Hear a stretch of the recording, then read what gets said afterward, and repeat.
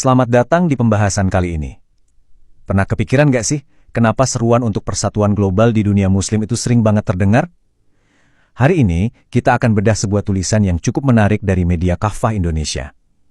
Tulisan ini berargumen kalau perpecahan internal adalah akar masalahnya dan solusinya adalah dengan membentuk kembali sebuah sistem politik yang sudah lama ada, khilafah. Yuk kita lihat gimana alur pemikirannya satu persatu. Nah, yang menarik, untuk memulai argumennya, tulisan ini nggak langsung kasih kita data atau fakta. Malah, mereka mulai dengan sebuah skenario yang dramatis banget. Sebuah cerita tentang serangan militer besar-besaran yang dirancang untuk menyoroti kerentanan yang jadi inti dari seluruh pembahasan ini. Oke, kita mulai dari sini. Jadi, tulisan ini ngajak kita ngebayangin sebuah skenario fiktif, sebuah operasi militer gabungan oleh Amerika Serikat dan Israel yang terjadi di akhir bulan Februari, tepat di tengah bulan suci Ramadan. Dan detailnya itu spesifik banget loh. Targetnya adalah Iran dan Lebanon, dengan serangan udara di Teheran dan Beirut. Teks ini bahkan menyebutkan penggunaan bom fosfor putih yang menggambarkan kehancuran total dan jatuhnya korban sipil. Intinya, gambaran yang mau diciptakan di sini tuh suram banget buat nunjukin satu hal, bahwa negara-negara muslim saat ini menurut mereka posisinya sangat rentan.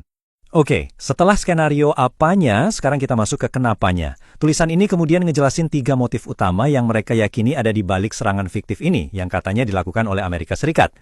Jadi, menurut tulisan ini, ada 3 alasan utama di balik serangan itu. Pertama, buat memperkuat hegemoni Amerika dan melindungi Israel. Kedua, ini penting, mempertahankan dominasi nuklir. Dan yang ketiga, menjaga Iran biar tetap ada di lingkaran pengaruh politik AS. Nah, poin kedua ini yang bakal kita dalami. Nah, disinilah argumennya jadi makin tajam. Tulisan ini menyoroti apa yang mereka anggap sebagai semacam kemunafikan dalam kampanye global soal pembatasan senjata nuklir. Katanya, ada standar ganda yang diterapkan. Dan buat mendukung argumen itu, mereka ngasih angka yang spesifik. Dikatakan kalau Amerika Serikat punya persenjataan sekitar 3.700 hulu ledak nuklir. Wah, itu kan kekuatan yang luar biasa besar ya di panggung dunia. Angka tadi yang 3.700 itu terus dibandingin sama Israel, sekutu dekatnya AS yang diperkirakan punya sekitar 90 hulu ledak. Jadi pesan yang mau disampaikan di sini tuh jelas, seolah-olah kepemilikan senjata nuklir itu cuma boleh buat AS dan sekutu-sekutu pilihannya aja. Bahkan, menurut tulisan ini, aliansi antara AS dan negara seperti Iran itu cuma aliansi pragmatis gitu. Gampang banget dibuang kalau udah menyangkut kepentingan sekutu sejati mereka, yaitu Israel. Untuk memperkuat poin ini, penulisnya kemudian mengutip sebuah ayat dari Al-Quran yang mereka tafsirkan sebagai peringatan dari Tuhan agar tidak membentuk aliansi semacam itu. Nah, dari sini argumennya bergeser. Setelah ngomongin faktor eksternal, tulisan ini mulai melihat ke dalam. Mereka bilang kalau akar penyebab kerentanan ini tuh bukan cuma dari luar, tapi juga dari dalam dunia muslim itu sendiri. Dan untuk mendukung poin ini, mereka mengutip sebuah hadis. Nah, hadis ini ditafsirkan sebagai ramalan yang akurat tentang kondisi umat muslim sekarang. Jumlahnya banyak, tapi kekuatannya lemah, kayak buih di lautan. Kenapa? Karena penyakit spiritual yang disebut wahan. Hadis tadi memperkenalkan satu istilah kunci untuk mendiagnosis kelemahan ini yang kemudian didefinisikan oleh tulisan ini. Oke, jadi al-wahan ini didefinisikan sebagai penyakit spiritual yang punya 2 komponen. Pertama, cinta dunia, dan kedua, takut mati. Menurut tulisan ini, penyakit inilah yang menjangkiti para pemimpin di dunia muslim yang membuat mereka jadi lebih mementingkan kekuasaan dan kekayaan daripada melindungi umatnya, sampai-sampai rela bersekutu dengan kekuatan asing.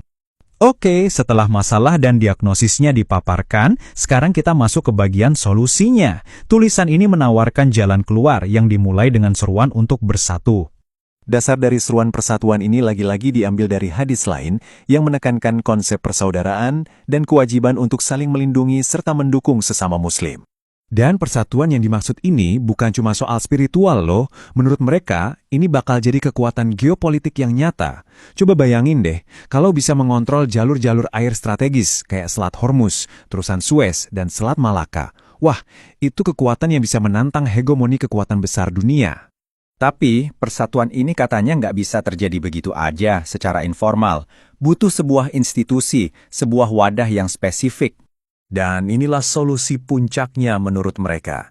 Satu-satunya cara untuk mencapai persatuan dan kekuatan sejati adalah dengan mendirikan kembali apa yang disebut khilafah atau kekhalifahan. Nah, buat meyakinkan pembaca, tulisan ini ngasih contoh dari sejarah.